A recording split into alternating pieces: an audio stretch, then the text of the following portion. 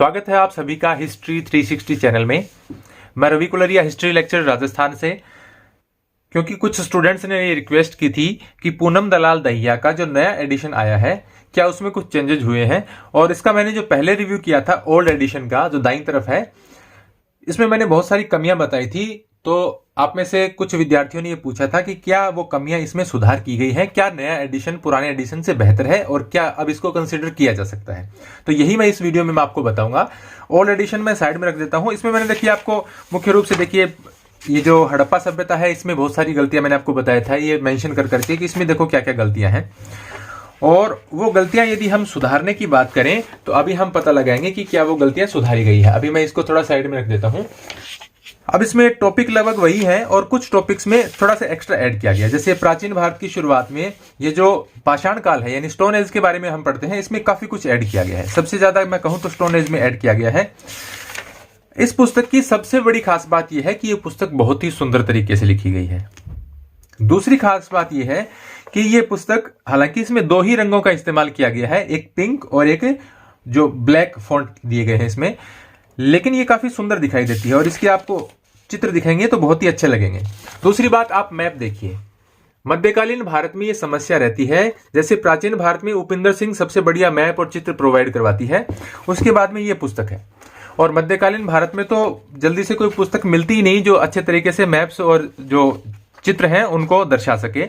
तो उस लिहाज से मैं कहूं तो बहुत ही अच्छी बुक है। इसका कवर देखिए, इसके पेजेस देखिए, हर लिहाज से सबसे सुंदर, जितनी भी मेरे पास बुक्स हैं ये मेरे को सबसे सुंदर बुक लगती है उपिंदर सिंह के बाद में, 2 नंबर पे इसको। अब इसमें सभी सिंधु घाटी के व्यापार मार्ग हैं तो सभी कुछ दर्शा रखा है। यदि पूरा पाषाणकालीन स्थल हैं वो दर्शा रखे हैं, मध्य पाषाणकालीन स्थल हैं वो दर्शा रखे हैं, हड़प्पा के प्रसिद्ध स्थल हैं वो दर्शा रखे हैं। इतने सुंदर और इतने अच्छे मैप दे रखे हैं कि इसको देखने से मैं कहता हूं चित्र देख के इसके मजा आ जाता है। तो काफी सुंदर है, पढ़ने में अच्छा लगता है। ऊपर नीचे इतनी पर्याप्त जगह दी गई है कि आपको कुछ ऐड करना हो तो आप ऐड कर सकते हैं। अब दिक्कत कहां पर है, जैसे मैंने आपको हड़प्पा में इसमें कमियां बताई थी, अब वो कमियां इसमें अभी भी नहीं सुधारी गई है। जैसे हड़प्पा पाकिस्तान पंजाब है तो इसका पूरा विवरण नहीं दे रखा। पाकिस्तान सिंध प्रांत में मोहनजोदड़ो है, आरडी बनर्जी, अब 1922 यहां पर लिख देना चाहिए था। कोई नया विद्यार्थी हो, वो पहली बार इस पुस्तक को पढ़ रहा हो तो उसको कहां से पता चलेगा। फिर इसके बाद में यहां जैसे मोर्टिमर व्हीलर वाला, कितनी बार आपने एग्जाम में देखा होगा कि मोर्टिमर व्हीलर वाला क्वेश्चन आता है, इसमें कहीं पर उसके बारे में दे भी नहीं रखा। फिर उसके बाद में कालीबंगा राजस्थान में हनुमानगढ़ में है, मैंने इसका पिछला रिव्यू किया था तब भी बताया था कि इसको गंगानगर अभी भी लिख रखा है, चेंज कर देना चाहिए, अभी भी इसमें चेंज नहीं किया गया है। तो जो भी मैंने इन 4-5 पेज में आपको गलती बताई थी उसमें से किसी में भी सुधार नहीं किया गया, जो थी वो यों की यों इसमें लिख रखी है। हालांकि बाद की कुछ चीजों में ऐड किया गया है, मैप वगैरह एक्स्ट्रा ऐड किए गए हैं और चित्रों को और अच्छा बनाने का प्रयास किया गया है, लेकिन जो गलतियां थी उनमें सुधार नहीं किया गया है। कुल मिलाकर मैं आपको कहूं तो बात इतनी है कि इस बुक में पहले से 2-5% एक्स्ट्रा ऐड किया गया है कुछ टॉपिक्स में। हालांकि कुछ टॉपिक्स ज्यों के त्यों हैं और इसका जो प्रस्तुतिकरण है वो और सुंदर किया गया है, चीजों को और व्यवस्थित तरीके से बताया गया है। और सबसे सुंदर इसकी बात है मैप्स। हालांकि आपको कोई भी अन्य बुक्स उपिंदर सिंह के अलावा ऐसी नहीं मिलती जिसमें इतने अच्छे तरीके से मैप्स दिए गए हो। तो यदि आपको मैप देखने हो तो आप इसमें देख सकते हैं, लेकिन मैप का तो ऐसा है, मैप के लिए तो अलग से भी बुक आती है, मैप की सस्ती बुक आ जाती है स्पेक्ट्रम वगैरह की, उसमें आप देख सकते हैं। अब इसको रेटिंग देते समय मेरे को एक समस्या आई कि जैसे मैंने अभी शुरू किया है 10 में से पॉइंट देना बुक्स को। हालांकि मैं सभी लेखकों से माफी मांगता हूं, और जितनी आप पुस्तक लिख रहे हैं विद्यार्थियों के हित के लिए लिख रहे हैं और उसके लिए मैं आप सभी का आभारी हूं। लेकिन एक शिक्षक के नाते मेरी और मैं जो ये वीडियो बनाता हूं तो मेरी कोशिश ये रहती है कि मैं विद्यार्थियों को अच्छी पुस्तक बताऊं ताकि उनका पैसा वेस्ट नहीं हो और उनको एग्जाम में सफलता मिले। अब इस पुस्तक की रेटिंग देते समय समस्या क्या आई वो मैं आपको बताता हूं। अब मेरे को यह समझ नहीं आ रहा कि किस एग्जाम के लिए यह पुस्तक अच्छी है। हालांकि इन्होंने जो लिखा है वो यूपीएससी और राज्य सिविल सेवा की परीक्षाओं हेतु ये उपयोगी पुस्तक है, ऐसा ये लिखते हैं। इसमें अब आपको सारा क्या दिखाऊं, सारा मैंने सब कुछ देख लिया है।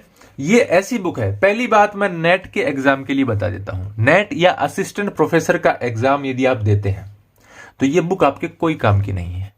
यदि मेरी आपको ये बात गलत लगती है कि हो सकता है आप में से, वैसे मेरा छोटा सा चैनल है, अभी कुछ भी सब्सक्राइबर नहीं है, कौन मेरे को बुक देगा, कौन मेरे को पैसा देगा, ये सब फालतू की बातें हैं। यदि किसी के मन में आती है तो फालतू की बात है। मैं एक छोटा सा शिक्षक हूं और मैं ये पुस्तकों की रिव्यू कर रहा हूं, छोटा सा मेरा चैनल है। सिर्फ मैं ये कोशिश कर रहा हूं कि यदि 100 विद्यार्थी भी मेरा देखते हैं वीडियो तो उनको ये आइडिया हो जाना चाहिए कि कौन सी बुक कैसी है। तो ये बुक नेट जेआरएफ और असिस्टेंट प्रोफेसर के एग्जाम के लिए कोई काम की नहीं है। मेरी बात आपको गलत लगती है तो आप 2020 का नेट का एग्जाम उठाकर देख लीजिए, कोई भी पिछला असिस्टेंट प्रोफेसर का एग्जाम उठाकर देख लीजिए और इस किताब से प्रश्न आप मिला लीजिए, आपको कितने प्रश्न मिलते हैं आपको समझ में आ जाएगा। बहुत सारे प्रश्न ऐसे आते हैं कहीं आइडिया ही नहीं होता। कई कई तो प्रश्न मैंने ऐसे देखे कि 4 वाक्य दे रखे हैं, एक इल्तुतमिश का दे दिया और एक आपको मतलब इसमें जो इलबरी या गुलाम वंश है इसमें इल्तुतमिश का दे दिया, एक आपको ऐबक का दे दिया, एक रजिया का दे दिया, एक रुकनुद्दीन का दे दिया। 4 वाक्य, आपको चारों वाक्य नहीं मिलेंगे इसमें। कई क्वेश्चन तो ऐसे हैं यदि 4 वाक्य 4 सुल्तानों के बारे में देखें, चारों के चारों इसमें नहीं मिलते। अब क्या करें, नेट के एग्जाम के लिए यदि आप मेरी बात मानते हैं, नेट और असिस्टेंट प्रोफेसर के एग्जाम के लिए इस बुक को कभी नहीं कंसीडर करना है आपको। यदि आपको मैप वगैरह देखने हैं या एक तरीके से रिवाइज करने के लिए थोड़ा पढ़ना है आपको पढ़ सकते हैं, किसी को अच्छी पुस्तक लगती है। अब बात आती है यूपीएससी की।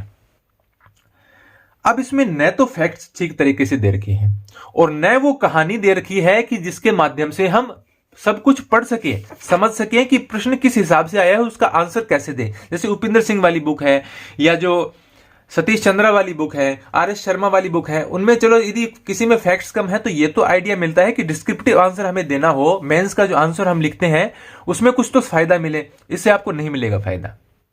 मैं इसका पुराना एडिशन मैंने पूरा पढ़ा था और ये एडिशन मैंने इसमें जो कमियां थी वो दोबारा देखी, चेक की कि क्या बदलाव किया गया है।